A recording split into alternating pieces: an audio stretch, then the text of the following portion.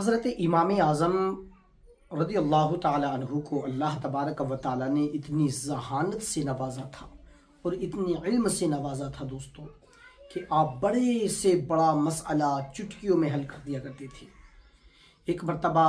حضرت امام اعظم ابو حنیفہ رضی اللہ تعالی عنہ کی بارگاہ میں ایک بہت پیچیدہ مسئلہ آیا۔ ان کے زمانے میں ایک شخص نے اپنی بیوی سے پانی مانگا۔ اس کی بیوی پانی لینے کے لیے گئی، اتنے لاہی رہی تھی کہ اس کا شوہر اس سے کسی بات پہ رنجیدہ ہو گیا۔ وہ جب رنجیدہ ہوا، اسے غصہ آیا تو اس نے کہا کہ میں یہ پانی نہیں پیوں گا، اور اگر تو نے یہ پانی پیا تو بھی تجھے طلاق، تو نے کسی اور کو پینے کے لیے دیا تو بھی تجھ پہ طلاق ہو جائے گی، اور اگر تو اس پانی کو بہا دے گی تو بھی تجھ پر طلاق۔ عورت بڑی حیران اور پریشان ہے کہ میں نہ خود پی سکتی ہوں،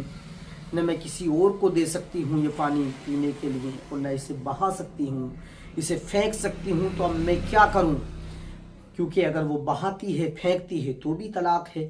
اور اگر اس نے خود پی لیا تو بھی طلاق ہے، کسی کو پینے کے لیے دے دیا تو بھی طلاق ہے، اب کیا کیا جائے؟ وہ عورت بڑی پریشان ہوئی۔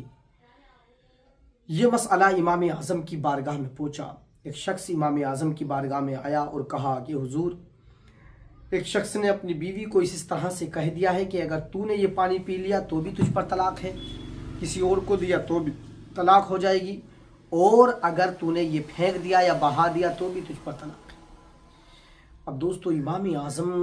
رضی اللہ تعالی عنہ کی ذہانت دیکھیے، اللہ اکبر۔ آپ کو اللہ نے اتنا بڑا علم دیا تھا اور آپ کو اتنا ذہین بنایا تھا۔ آپ نے فرمایا پریشان ہونے کی ضرورت نہیں ہے، اس عورت سے جا کے کہہ دو کہ وہ ایک کپڑا لے اور اس کپڑے میں یہ سارا پانی جذب کر لے، اور کپڑے کو دھوپ میں سوکھنے کے لیے ویسے ہی رکھ دے، اس طرح سے اسے طلاق نہیں پڑے گی۔ دوستو، اتنا بڑا مسئلہ حضرت امام اعظم رضی اللہ تعالی عنہ نے 1 منٹ سے پہلے سلجھا کے رکھ دیا، اور اس عورت نے یوں ہی کیا، نہ اسے طلاق ہوئی